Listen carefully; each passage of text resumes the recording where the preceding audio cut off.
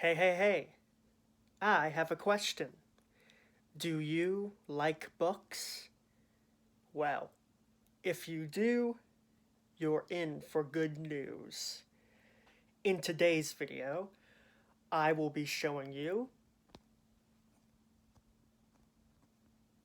my book collection. So, as you can see here, it's not too big, it's not too small, it's just about right. And I have books in many different genres and many different formats. You can see I've kept some old textbooks. I have psychology, Western civilizations. I have another pile here that shows me some other more old textbooks. The biomechanics one is not my textbook. It is my friend's textbook, but I also still have my textbook of beginning French, and, well, yeah, that's about it. Here is my, what we call paperbacks. I used to be into comics when I was younger. I used to like comics a lot, and like to get paperbacks. Paperbacks are essentially the book form of a comic book, as in a professionally published book, and paperbacks are a collection of a bunch of issued comic books put into one. If you couldn't tell, my favorite superhero growing up was Batman. Why? Well, because I loved the world and I loved the characters. Lots of beautiful Batman books. Let me lay them out for you. Yeah, so it's quite the collection, isn't it? Yeah, so I have the Scott Snyder run.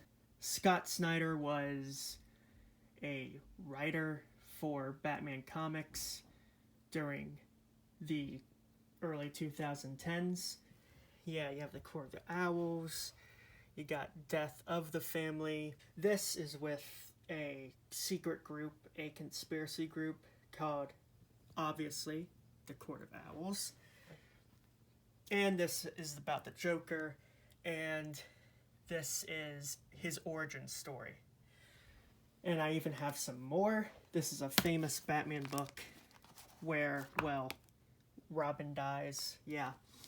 And then this is actually also very good.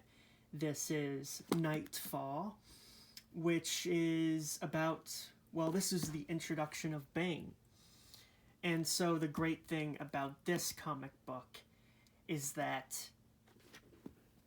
there are just a lot of villains.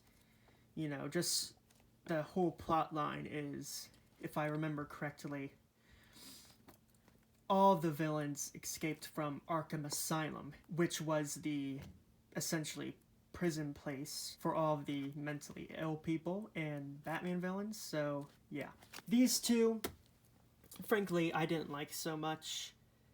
I liked the art in it. I liked the production of the book. But they weren't necessarily... They weren't as a captivating storyline, let's say, as much as these. And then, I was also trying to get into other superheroes growing up. So I have nice editions of Green Lantern and Aquaman. Here is my National Geographic selection. I was subscribed for National Geographic to a time, then I stopped, really due out of lack of interest.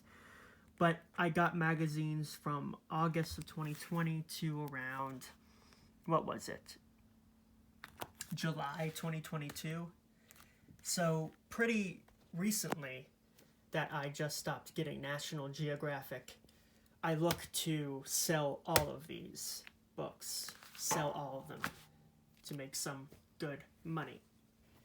And then, you know, I also have some journals, just some literature journals, the Paris Review, the Kenyon Review, and then a political journal, M+1, which has some unique, interesting essays.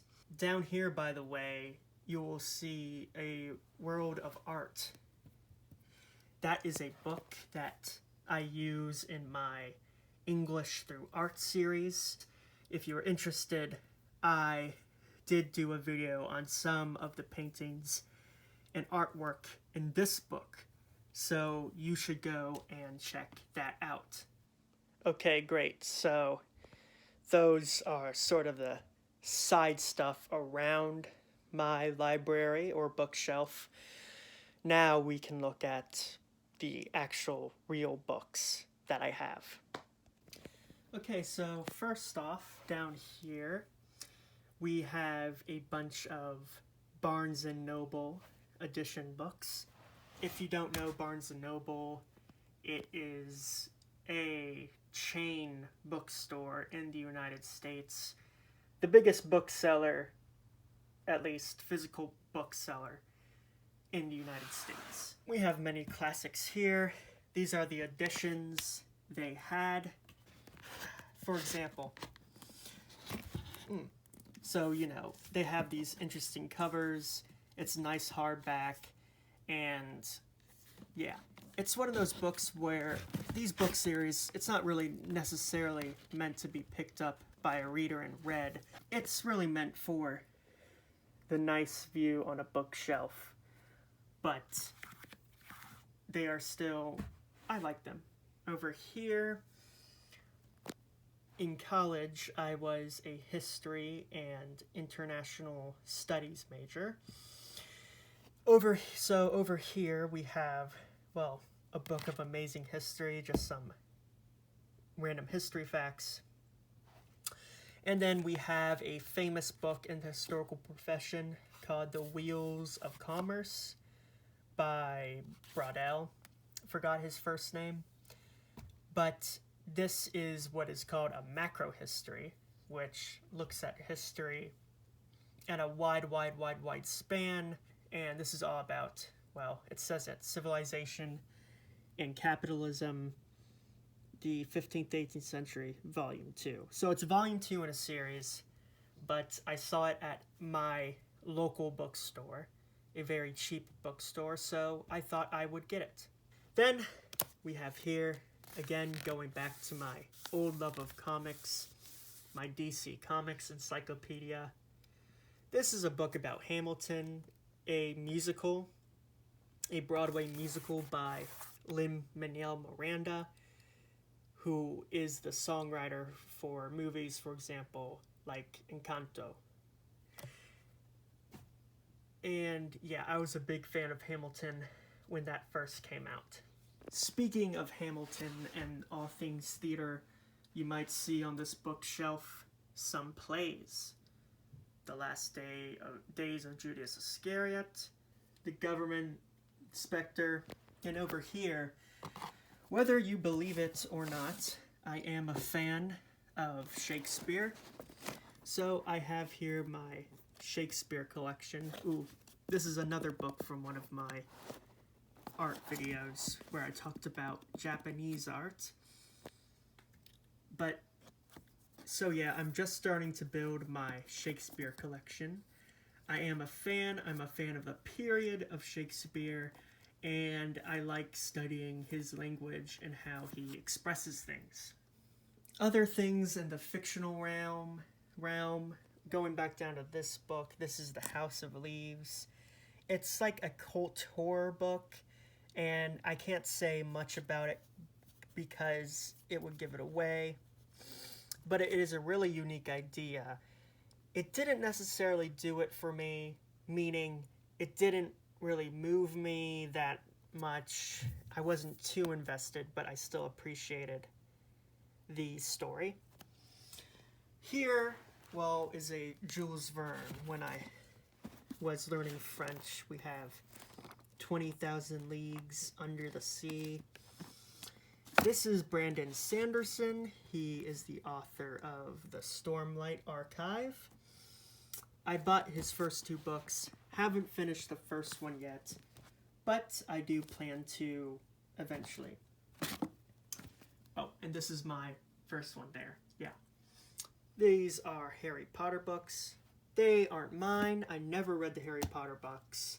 They're my younger brother's, but it does look cool on a shelf, and I am a fan of Harry Potter nevertheless, so I thought I'd get that. Other fictional books, we got Interview with a Vampire, you know, some plays by Bernard Shaw, War and Peace. I bought this because, well, it's a classic, and I like the cover. And what else? Yeah, some book by Ethan Hawke, which intrigued me. It's called A Bright Light of Darkness, or something like that. A Bright Shine of Darkness, I forget. But it was good. I didn't finish it. I usually don't finish books, but this was about an actor in a Shakespeare play, so in my interest, definitely, yeah. And then a Mark Twain book. When it comes to what genre interests me the most, it would definitely have to be nonfiction. So I have a bunch of nonfiction books, usually on politics, international politics, domestic politics, or history, all from a wide range of philosophers and thinkers from the past and to today. We have a book about American diplomacy, foreign diplomacy in the world.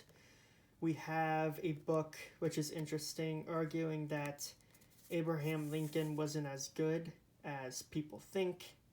This is a book on rhetoric, or in other words, the style of speech, the craft of persuasion, I guess you could say. Politics of Aristotle, what is cultural history? This one's interesting, Manifestos of Surrealism.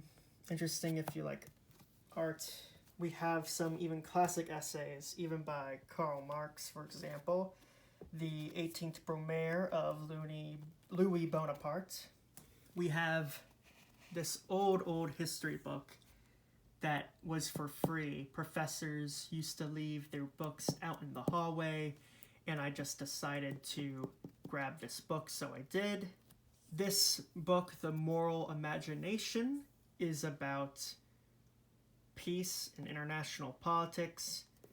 I don't really suggest it too much. This is another book about history, historiography, the study of history. And yeah, we got some more philosophy. Here is a Populist Guide to 2020, which is about, well, populist movements in the US, and these authors advocate for it. Another journal of politics. Here we have a history classic that I thought I would buy because it is a history classic.